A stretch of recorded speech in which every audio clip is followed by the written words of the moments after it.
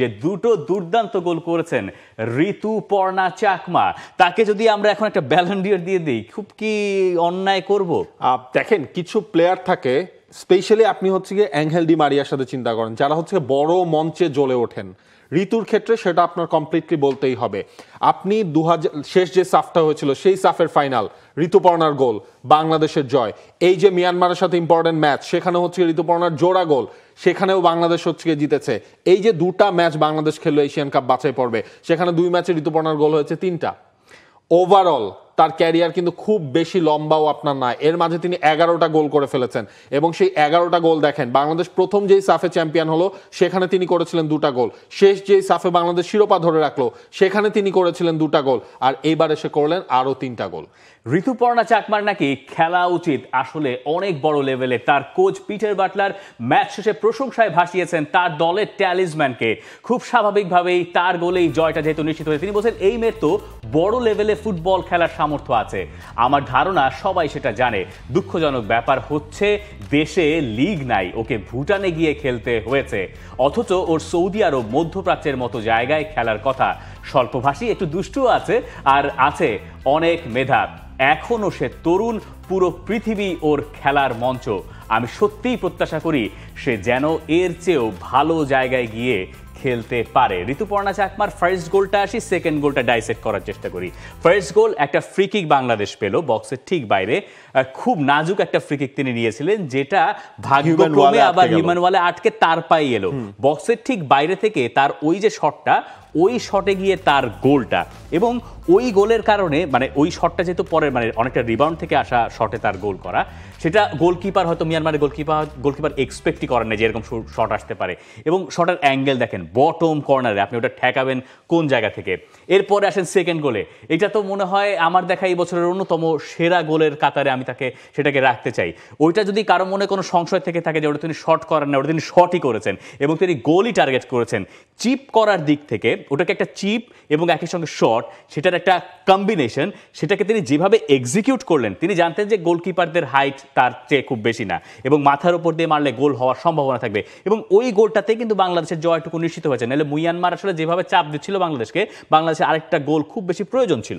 দেখেন, ওই সাফের ফাইনালের গোলটার কথাও আপনি চিন্তা করেন, নেপালের সাথে বাংলাদেশ যেটা আসলে ঋতুপর্ণাই তিনিই গোলটা করেছিলেন, অনেকটা সিমিলারিটি কিন্তু আপনি আসলে খুঁজে পাবেন। একটা সময় ঋতুর ক্রসিংয়ে একটু ঝামেলা হচ্ছিল, মানে তার ক্যারিয়ারের শুরুর দিকটায়, সেটাকে তিনি কিভাবে পলিশ করলেন, এটাকে হচ্ছে ক্রস, শর্ট, চিপ, আপনি যেটাই বলেন, এটা হচ্ছে একটা কম্বিনেশন তিনি বানিয়ে দিয়েছেন, এবং প্রপার একটা প্ল্যানিং কিন্তু ছিল। মানে হয়তো ম্যাচটা যখন লাইভ চলছিল, প্রথম দেখায় যে কারণ মনে হতে পারে এটা হচ্ছে ক্রস করতে গিয়ে সে হচ্ছে সেটা করে ফেলেছে, গোলে চলে গেছে, কিন্তু আপনি যখন সেটাকে কয়েকবার দেখবেন, আপনি যখন সেটা রিপ্লেটা দেখবেন, তখন ক্লিয়ার কাট বোঝা গেছে তার পায়ের অ্যাঙ্গেলটা কোন দিকে ছিল, তার পায়ের মুভমেন্টটা কোন দিকে ছিল। তিনি সেই জায়গায় মারতে পেরেছেন যেই জায়গায় তিনি চেয়েছেন।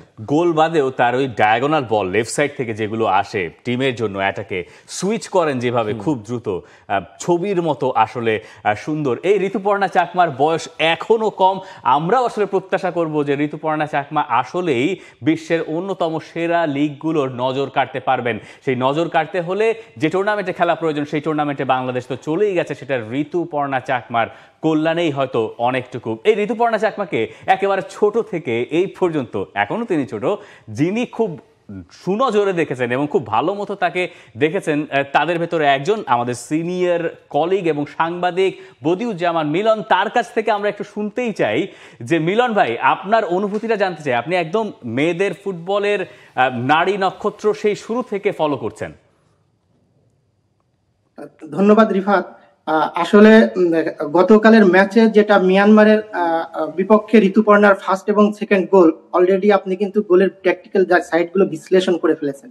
আমি আসলে ঋতুপর্ণাকে ওই চোখে দেখি, আসলে আমাদের এশিয়ান লেভেলে যে ফুটবলাররা যেভাবে খেলে থাকেন, বা এশিয়ান লেভেলে বাংলাদেশের ফুটবলাররা এখনো যেতে পারেননি, কিন্তু ঋতুপর্ণার গোল দিয়ে কিন্তু এশিয়ান লেভেলে বাংলাদেশ পৌঁছে গেছে। এখন আমি একটা জিনিস বলতে চাই যে ঋতুপর্ণা কিন্তু আসলে শুরুর দিকে একাদশে সুযোগ পেতেন না, বিশেষ করে জাতীয় দলের হয়ে, কারণ বয়স ভিত্তিক দলে তাকে যখন নেওয়া হলো তার আগে কিন্তু বাংলাদেশের ফরওয়ার্ড লাইনে আপনি যদি জানেন সাবিনা খাতুন এবং কৃষ্ণা রানী সরকার তারা কিন্তু অলরেডি তারা অভিজ্ঞ এবং তাদেরকেই আসলে কোচ একাদশে রাখতেন এবং অটোমেটিক চয়েস হয়ে থাকতেন। কিন্তু একটা সময় পরে যখন দেখা গেল সাম্প্রতিক সময়ে যখন একটা ইস্যুতে বাংলাদেশের ফুটবল ফেডারেশনের কোচ পিটার বাটলারের সঙ্গে যখন একটা সিনিয়রদের একটা সামান্য দ্বন্দ্ব বা যেটা বলেন ভুল বোঝাবুঝি হলো, তারপর থেকে কিন্তু আমাদের বেশ কিছু ফুটবলার নাই এই দলে। তো ওই জায়গা থেকে আসলে ঋতুপর্ণাকে, বিশেষ করে আপনার সাবিনা খাতুন, কৃষ্ণা রানী, ওই ফরওয়ার্ড লাইনের অভাবের জায়গাটা ঋতুপর্ণা কিন্তু একদম ফুলফিল করে ফেলেছেন। এবং আমি যদি বলে থাকি যে নেপালে যখন বাংলাদেশে দ্বিতীয়বার সাব চ্যাম্পিয়ন হলো, ওই সময় কিন্তু আপনার সিরাজ জাহান স্বপ্নার কথা মনে থাকার কথা। সিরাজ জাহান স্বপ্ন এখন খেলা ছেড়ে দিয়েছেন, রংপুরের স্ট্রাইকার, খুবই ভালো এবং তার স্কিল এবং তার মুভমেন্টটা খুবই ভালো ছিল, স্পিডি ফুটবলার ছিলেন। কিন্তু তিনি চলে যাওয়ার পর এবং সাবিনা এবং কৃষ্ণা চলে যাওয়ার পর কিন্তু ওই ফরওয়ার্ড লাইনের নেতৃত্বটা নেয়ার মতো কোনো একটা ফুটবলার আমি আসলে চোখে পড়ছিল না। কিন্তু আমার কাছে মনে হতো যে ঋতুপর্ণা সেই দায়িত্বটা নিতে পারেন এবং তার সেই অ্যাবিলিটি আছে। আপনারা অলরেডি বলে ফেলেছেন ঋতুপর্ণার গোলের বর্ণনাগুলো। আমার মনে হয় কি ইউরোপিয়ান ফুটবলে যে লেভেলে গোলগুলো হয়ে থাকে, ঋতুপর্ণার গোল একদম সেম সেই লেভেলের। এবং এটা সত্যি কথা, ঋতুপর্ণাকে আমি খুব কাছের থেকে যেটা দেখেছি, মানে ঋতুপর্ণা কিন্তু খুবই ইন্ট্রোভার্ট টাইপের একটা মেয়ে, কিন্তু খেলার মাঠে যখন তিনি বল পায়ে দৌড় দেন, তিনি কিন্তু, আমি নেপালে কাঠমান্ডুতে যে ম্যাচটা দেখেছি, মানে জাম্পাক স্টেডিয়াম, সেখানে বাংলাদেশের ডিসাইডিং একটা গোল দরকার, সেই গোল সে জিরো অ্যাঙ্গেল থেকে যেভাবে ক্রসটা নিলেন এবং কি আত্মবিশ্বাস, তার বাম পায়ের যে জোরটা, মানে সব মিলিয়ে আমার কাছে মনে হয় একদম সত্যি কথা ঋতুপর্ণা এখন ইউরোপিয়ান লেভেলে খেলাটা ডিজার্ভ করে। মিলন ভাই, আপনার কাছে আমার একটা প্রশ্ন, যে অনেকদিন ধরেই তো নারী ফুটবল দলটাকে ফলো করছেন, কভার করছেন, এই যে এশিয়ান কাপে বাংলাদেশ খেলবে, এই স্বপ্নটাকে একটু তাড়াতাড়ি পূরণ হয়ে গেল, মানে এটা কি একটু আনএক্সপেক্টেড ছিল কিনা?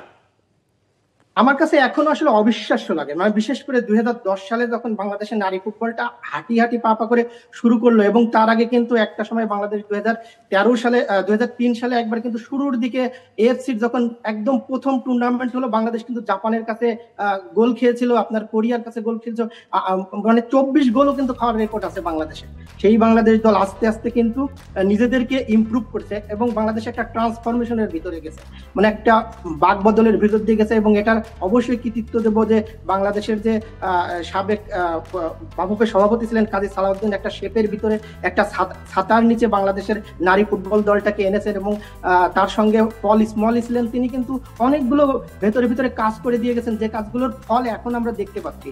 কারণ একটা দেশে যখন নারী ফুটবল লিগের সঠিক কাঠামোটা নেই, একদম নিয়মিত একটা কম্পিটিটিভ লেভেলের নারী ফুটবল লিগ হয় না, তারপরে অবিশ্বাস্যভাবে 2বার বাংলাদেশ কিন্তু সাফে চ্যাম্পিয়ন হয়েছে। এখন আমাদের সাফে কিন্তু চ্যাম্পিয়ন হওয়ার পর আমাদের এই অঞ্চলে আসলে দেখানোর কিছু ছিল না। তারপরে যখন দেখেন আপনাদের বাংলাদেশ ফুটবল ফেডারেশন কিন্তু মেয়েদেরকে একটা ইন্টারন্যাশনাল ম্যাচ দিতে পারতো না, মেয়েদের কিন্তু এই আক্ষেপটা ছিল। কিন্তু লাস্ট কিছুদিন আপনি যদি দেখেন যে সংযুক্ত আরব আমিরাতের সঙ্গে খেলা হয়েছে, তারপরে জর্ডানে গিয়ে 3 দেশীয় টুর্নামেন্ট খেলেছে, সেখানে কিন্তু জর্ডান এবং ইন্দোনেশিয়া বাংলাদেশের চেয়ে ফিফা র্যাঙ্কিং এ অনেক এগিয়ে, তাদের সঙ্গে ড্র করেছে এবং চোখে চোখ রেখে লড়াই করেছে। এবং তাদের জন্য একটা অ্যাসিড টেস্ট ছিল, সত্যি কি তারা এবার পারবে কিনা। এবং যেখানে মিয়ানমারের র্যাঙ্কিং 55, এইরকম একটা দলের সঙ্গে বাংলাদেশ যখন জিতছে, আমি তখন খেলা দেখছি, আমার নিজের ভিতরে আসলে গুজবাম্প হচ্ছে যে এটা কি সত্যি বাংলাদেশের খেলা দেখছি, আমি কোনো ইউরোপিয়ান দলের খেলা দেখছি কিনা। বিশেষ করে মানে সিনক্রোনাইজ যে খেলাটা, পিটার বাটলারের ট্যাকটিক্স এবং ঋতুপর্ণার যে আলটিমেট 2টা গোল, মানে আমার কাছে অবিশ্বাস্য লেগেছে। এবং আমার মনে হয়, আমি আশাবাদী, আপনারা বলছিলেন ব্রাজিলে যে বিশ্বকাপে বাংলাদেশ যাবে, কে জানে হয়তো কোয়ার্টার ফাইনালে 6 দলের ভিতরে বাংলাদেশ থেকেও যেতে পারে। এবং বাংলাদেশের মানে হাত ধরেই বাংলাদেশের ফুটবল, এই নারী ফুটবলারদের হাত ধরে হয়তো একটা অন্যরকম ইতিহাস তৈরি হতে পারে। অবিশ্বাস্য, মানে ধন্যবাদ মিলন ভাই, মানে শেষের কথাগুলো যা বললেন সেগুলো যদি আমার আসলে একটা সত্যি হয়, আমারও সেই মানে জিনিসটা। এটা খুব বেশি দূরে নয়, ব্যাপারটা হয়তো বাস্তবতা থেকে একটু দূরে, কিন্তু স্বপ্নটা খুব বেশি দূরের হয়তো নয়।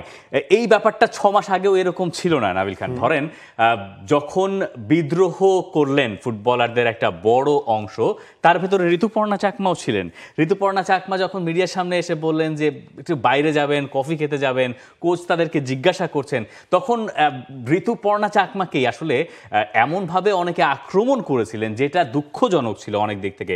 তার ওই অভিযোগটা যেমন দুঃখজনক ছিল, তাকে আক্রমণ যেভাবে করা হয়েছিল সেটাও দুঃখজনক ছিল।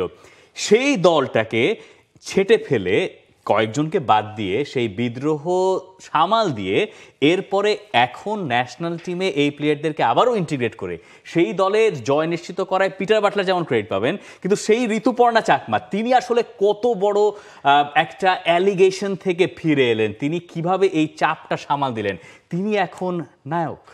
For more updates, subscribe to our YouTube channel and click on the bell icon. Follow us on Facebook and Instagram. Download T-Sports app to enjoy exciting games and highlights. Visit tsports.com.